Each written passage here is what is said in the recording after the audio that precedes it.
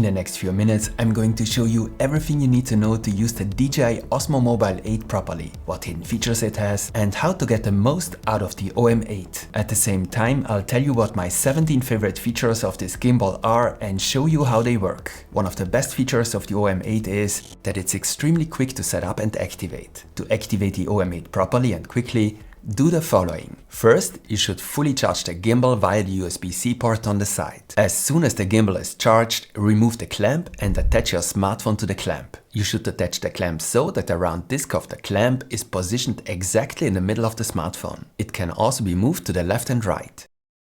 On the right, you can see a small picture of a camera. Next to it is a small arrow pointing upwards. This is an indicator of the direction in which the smartphone camera should be located. So above the camera symbol, make sure that the smartphone is completely inside the bracket and that the bracket is straight. Avoid the side of the clamp catching on the edge of the smartphone and leaving a gap. Now you can attach your smartphone to the gimbal. The mounting mechanism is magnetic. Make sure that the clamp snaps perfectly onto the gimbal head. If the clamp is not attached to the smartphone completely straight, the smartphone may be attached to the gimbal slightly tilted and your shots may have a slightly uneven horizon. The gimbal can now be easily activated by turning the gimbal arm straight up. The best way to do this is to hold the smartphone by the clamp. The gimbal will then activate itself. You don't have to balance the smartphone either. This also happens automatically. If the gimbal does not immediately start to stabilize your smartphone, you can activate the stabilization by pressing the M button. If you want to start the gimbal again, first switch it off by pressing and holding the mode button, which is the button at the top here. Now turn the gimbal arm to the left or right so that it is pointing forwards. And then turn the upper part of the gimbal arm to the right until the limit is reached, so that the smartphone is facing upwards. Now you can simply fold the gimbal arm downwards. Make sure that the protruding pin engages in the indentation. You can now remove your smartphone from the clamp and stow the gimbal away. Once you have done this 2 or 3 times, it will work by itself. The second major strength of the Osmo Mobile 8 is that not only the selfie stick is integrated into the gimbal, but also the tripod. To place the gimbal on a flat surface, simply pull the 3 tripod legs out of the handle and you can now use the gimbal to track yourself, for example, or just to place it somewhere. But be careful. The tripod is not extremely stable and should therefore be placed on a really flat surface. For a more stable stand, you can attach the gimbal to an additional tripod using the thread here below. When you no longer need the tripod, simply fold it up and push it back in. Make sure you don't jam yourself when doing this. To use the selfie stick, simply pull the upper part of the gimbal upwards. The selfie stick has a hinge at the upper end that you can bend up to 90 degrees. This means you can not only use the gimbal optimally to film yourself, you can also use the selfie stick as an extension and use the gimbal in the so-called flashlight mode. The selfie stick is also suitable for using the gimbal in underslung mode and filming subjects from a low perspective. To do this, switch on the gimbal and simply turn the handle upwards. The gimbal will adjust the position of the smartphone to the new situation. When you no longer need the selfie stick, simply straighten the hinge and push it back in. But be careful, the handle is not completely straight on the surface, so you should angle the hinge slightly when pushing the selfie stick in. Otherwise, it will not go in completely. The next great strength of the OM8 is its ease of use. But to be able to use all the features of the OM8, you need to install the DJI Mimo App. You can find it in the iOS App Store and for Android on the DJI homepage. As soon as you have activated the gimbal, as I showed you earlier, start the app. The app will show you right at the start whether an update is available. If so, you should install it straight away. We will get back to the most important features of the app later, because before that, I'll show you the most important functions of the individual buttons and the stabilization modes of the gimbal. The gimbal has a small display here. The first symbol at the top left shows whether your smartphone is connected to the gimbal via Bluetooth. If it flashes, it means it's disconnected. This is the battery level indicator. The color shows the charge level of the gimbal. Green is well charged, red is empty. The white symbols stand for the 4 stabilization modes. The Osmo Mobile 8 has a total of 6 control elements: the mode button, record button, the switch button, joystick, zoom wheel, and on the back the trigger button.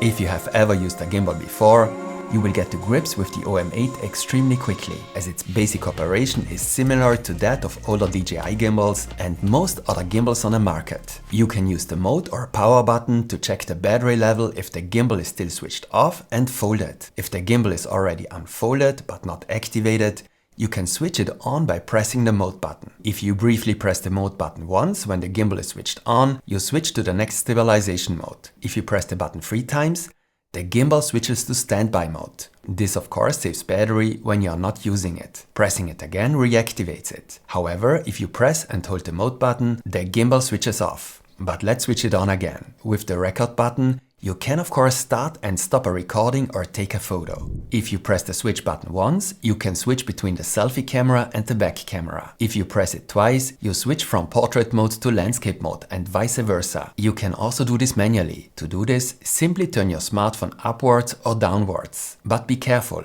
If you turn your smartphone to the right from portrait mode to switch to landscape mode, the gimbal arm will block the back camera, so always turn it to the left. You can see here on the right that the app has various shooting modes. These are mostly the familiar shooting modes: photo, video, time-lapse and so on. If you press the switch button 3 times, you can switch back and forth between the video and the photo mode. By the way, I'm going to show you all the functions of the buttons now, but what is particularly important is switch button once, front camera, back camera.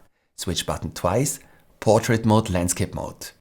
If you press the trigger button once, the tracking function is activated, as you can see. If you press it again, you deactivate the tracking function again. If you press the trigger button twice, the gimbal returns to its starting position. You can also freely change the position of the camera using the joystick on the left. Then press the trigger button twice and the smartphone returns to its starting position. If you press the trigger button 3 times, the gimbal turns around and you can film yourself with the back camera, for example. This makes sense because on most smartphones, the main camera has a much better recording quality than the selfie camera. One important control element is still missing, the zoom wheel, which has a few interesting functions and an important disadvantage. Of course, you can zoom in and out with the zoom wheel. You can see the changed zoom factor here in the app. As a general rule, you should avoid using a zoom factor between the different lenses of your smartphone. This leads to digital crop and thus to a reduction of the image quality. It would be better to limit yourself to the zoom factors of the lenses of your smartphone. I have an iPhone 16 Pro here,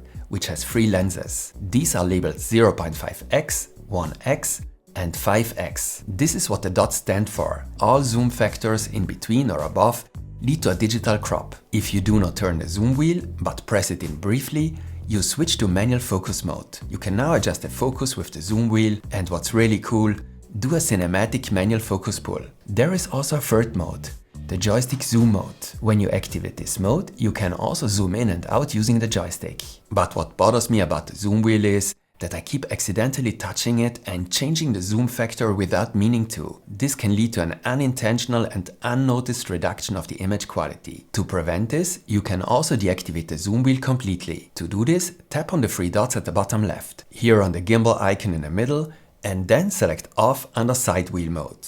Okay, but we haven't talked about the different stabilization modes of the OM8 yet, so that you understand what is meant by stabilization modes. The gimbal has 3 axes. A tilt axis, this enables movements up and down. A pan axis that enables movements to the left and right, and a roll axis that enables lateral rotations. The Osmo Mobile 8 actually has 5 different stabilization modes. Yes, I know, that's a bit much all at once, but you can watch this video again if you need to. It's divided into chapters, so that you can quickly find the relevant chapter again. So let's start with the pan and tilt follow mode. That's what the symbol in the top left hand corner is for. In pan and tilt follow mode, the gimbal follows lateral movements, that is the movements of the pan axis, and the up and down movements. In other words, the movements of the tilt axis. This mode is ideal for following a subject, for example, and for filming dynamic up and down movements. It gives you a lot of freedom and is therefore not ideal for beginners. Let's switch to the pan follow mode. To change the mode, briefly press the mode button once, as already mentioned. The pan follow mode is located to the right of the pan and tilt follow mode. In pan follow mode, the gimbal only follows lateral movements, so only the movements of the pan axis. Up and down movements of the tilt axis are compensated.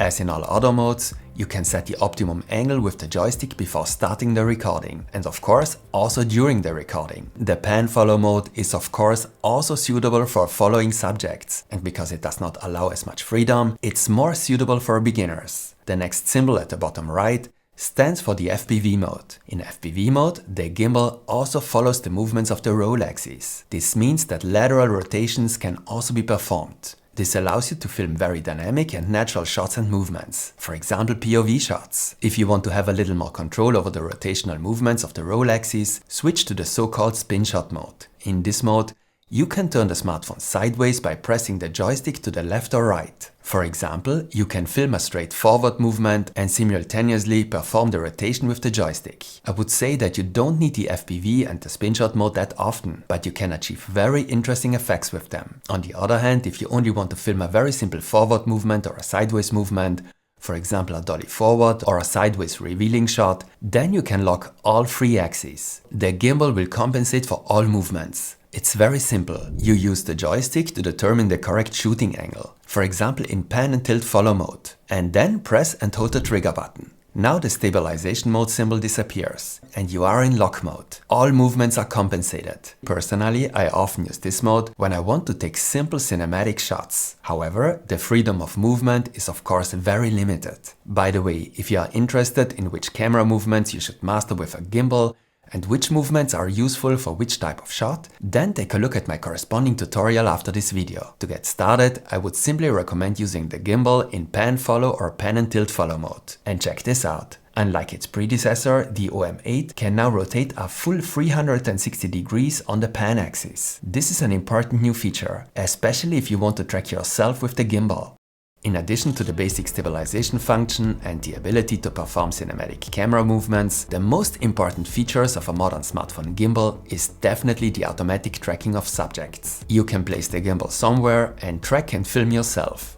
Or you can hold the gimbal, select a subject and ensure that the subject is kept in the center of the framing by means of tracking. This can be extremely useful. You basically have three options for tracking with the Osmo Mobile 8. Tracking in the DJI Mimo App, Apple Dockkit, and tracking with the Multifunctional Module. For the best results, the most features, and to track objects or animals, you need to use the DJI Mimo app. You activate the tracking function by pressing the trigger button once. Then the app will automatically select the subject to be tracked and try to follow the subject. Or you can start tracking by drawing a frame around the subject to be tracked. If you press the trigger button again, the tracking will stop again. When tracking with the app, you can adjust the framing slightly by changing the position of the subject using the joystick. You may want the subject to be positioned along the lines of thirds rather than in the middle. The OM8 has a useful feature that is unfortunately somewhat hidden. Keep composition. It makes sense, for example, if the head of your subject is always in the upper third and not in the middle. This simply looks much better. If you have now optimally adjusted the composition using the joystick, take a shot and track a subject, and then deactivate tracking again using the trigger button, it would be useful if this composition was automatically reactivated when you start tracking again. That way, you don't have to set the optimum composition again using the joystick. And that's exactly what Keep Composition does. Once a subject's position has been set, it's reactivated when tracking is resumed. The function is reset by pressing the trigger button twice and, of course, whenever you close the app. And that's not the only special tracking feature of the OM8. Let's assume there are multiple people in the frame. Then it can be difficult to select the right subject or perhaps to quickly switch back and forth between one subject and another. And that's what Smart Capture is for. You activate it by tapping on the icon with the dot and then on Smart Capture here in the middle. As soon as Smart Capture is active, the app detects all subjects in the image and you can easily select which subject should actually be tracked by simply and quickly tapping on a detected subject. Unlike Keep Composition, this feature is not available if you are using the Multifunctional Module. And there is another special tracking feature. When you activate Dual Lens Boost, the telephoto lens and the wide main lens are used simultaneously to improve tracking performance. This is especially useful for very fast movements and high zoom factors. However, this only works on iPhones with a telephoto lens. I am an absolute solo creator. Almost all of my videos have been created by me alone. That's why it's important for me to be able to activate tracking and start recording from a distance. And that's why I find gesture control on a gimbal extremely important and useful. You also activate gesture control via the icon with the dot. And then down here, if we rotate the gimbal, you can see this better. You have the choice between follow and shoot only. The difference is easily explained. Gesture control recognizes two hand gestures, the open hand and the peace sign. But both have the same function. Once activated, you perform one of the two gestures and depending on whether you have selected follow and shoot or shoot only, the hand gesture activates tracking and starts a recording. Or in the case of shoot only starts a recording without tracking. If you repeat the hand gesture, the recording is stopped again. For this to work well, you should not be too far away from the gimbal, and so not further away than 4 meters. But if tracking in the app works so well, why do you need this multifunctional module? It's easy to explain. You may not only want to use the Osmo Mobile 8 with the DJI Mimo app, but prefer to always shoot with your smartphone's native camera app, or take a video with a social media app like TikTok or Instagram, or you want to use your smartphone's camera for a video conference. Of course, you can also use any gimbal to stabilize your smartphone in all these cases. But what usually doesn't work is tracking. And this is where the multifunctional module comes into play. You attach it magnetically and by means of a locking mechanism to the outside of the clamp of the gimbal. To remove it again, simply press the button on the back, and you can then take it off. The camera of the module must face in the same direction as the camera you want to film with. This means you can mount the module in both directions. The module is always active and ready for tracking when you are not using the gimbal with the DJI Mimo app, meaning it works independently of the app and the smartphone. It communicates with the gimbal and not with the smartphone, so it even works when the smartphone is switched off. You activate tracking by pressing the trigger button. The module now automatically selects the subject. This is another reason why it only works with people and not with objects. But it also supports tracking dogs and cats. You can now see that the small LED light on the front lights up green. This means that the module is actively tracking a subject. Similar to the app, you can now correct the position of the subject and therefore the framing using the joystick. You will remember that I said that even the keep composition feature works in conjunction with the module. And this is also important, the module also recognizes hand gestures. But absurdly, these are now different than those used with the app. This is because the module can perform 3 different functions using hand gestures. With the open hand, you can activate and deactivate tracking with the module. With the P sign, you start or stop a recording, and with this symbol, the 2 L's, you can correct the composition from a distance. That's interesting. You make the hand gesture. The LED on the module now lights up yellow, and tracking is deactivated. You take a new position and make the hand gesture again. As you can see, tracking is reactivated again with the new composition. But the multifunctional module is not called that for nothing. It has 3 other useful features. It has 2 buttons on the side. If you press the first button, you activate the fill light to improve the exposure in low light conditions. If you press the same button again, you can adjust the brightness. The light has 4 brightness levels. It switches off again on the 5th press. The rear button also has something to do with the light. You can use it to adjust the color temperature of the light by pressing it repeatedly. It's also cool that you can control the light with the zoom wheel.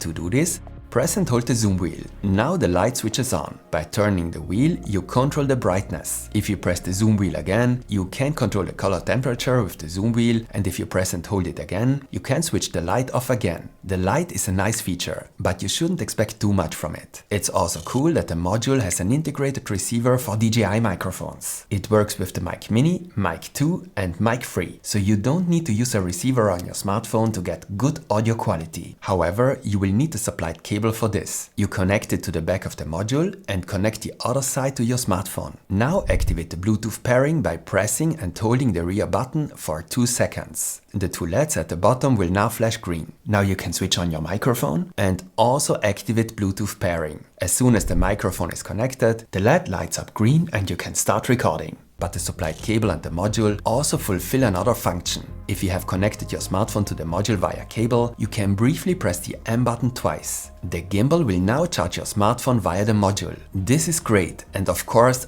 also works while using the gimbal and during a recording. You can therefore continue shooting even if your smartphone battery is running low. The only important thing is that the gimbal itself is sufficiently charged. If you press the M button twice again, the charging function is deactivated again. This is the only way to use the gimbal as a power bank during active use. But if you don't need the gimbal at the moment, you can use it as a power bank in another way and without the module. To do this, fold it up and connect it to your smartphone using the cable, but this time on the side, so at the charging port, and the smartphone starts charging automatically. For some smartphones, you also need to press the M button. Make sure that the gimbal is sufficiently charged in this case too. But we haven't talked about an important new feature of the OM8 yet, the third option for tracking with the gimbal, Apple Dockkit. Dockkit is Apple's integrated tracking technology and, like the multifunctional module, enables tracking outside of the Mimo app. The gimbal connects to the iPhone via NFC. It's very easy to do. The NFC field of the gimbal is located here on the right side between the record button and the switch button. On the iPhone, it's to the right of the cameras. Now hold the NFC field of the iPhone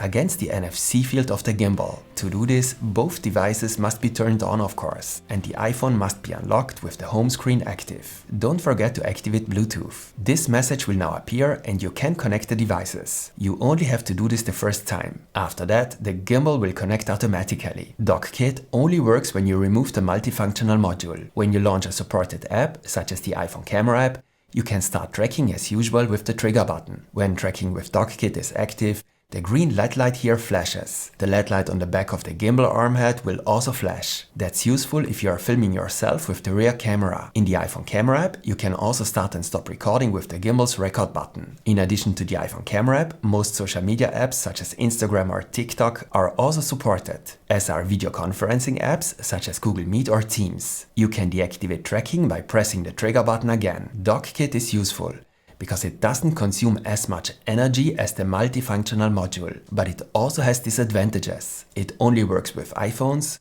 it is not supported by all apps, and tracking is not as responsive and smooth. For the best possible tracking experience, you should use the Mimo app if possible. And the DJI Mimo app has a few more very useful features that you should definitely know about. But before I show you these, a few words about the basic settings. Before you even start recording, you should set the resolution and frame rate in the app. If you're not very familiar with the camera settings, you can simply use 4K and 30 frames per second to start with. You can set the exposure completely manually using the camera icon at the top here. An interesting feature, as this is not possible with the iPhone standard camera app, for example. Or you can also adjust the exposure using the automatic settings. In other words, you can expose the shot a little brighter or darker. If you tap on the three dots, the advanced settings menu opens. Under video, for example, you can set the white balance and, very importantly, activate Dolby Vision, which is the HDR feature. On all supported smartphones, this has a significant impact. Particularly bright areas in the image can now be displayed much brighter, and if you mainly watch your videos on the display of your smartphone,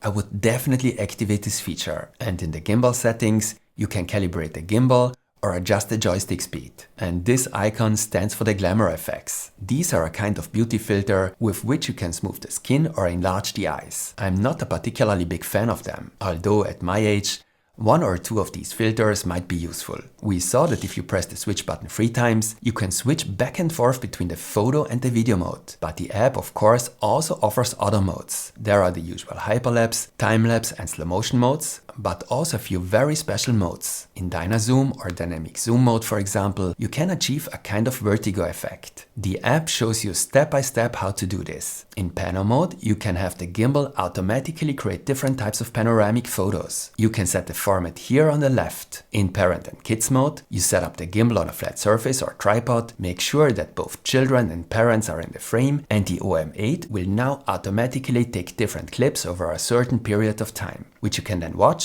or merge into a longer clip. And in Story mode, the app helps you create a cool montage of different shots. You see a kind of tutorial preview and can then take the individual shots step by step. The result can be quite cool if you're prepared to take some time for it, as there are a whole host of templates. Well, I think you now know pretty much everything you need to know to take great shots with the DJI OM8. Don't forget, attach the clamp correctly for optimal stabilization. Press the switch button twice and you switch between portrait mode and landscape mode. Press the trigger button twice and the gimbal is centered again. Press the trigger button 3 times and the gimbal turns around. Especially if you're a beginner, I highly recommend my video on the most important camera movements with smartphone gimbals. In this video, I show which movements really make sense in which situation. And give me a like as feedback if this video was interesting for you. There will be more videos about the OM8, so stay tuned and see you next time.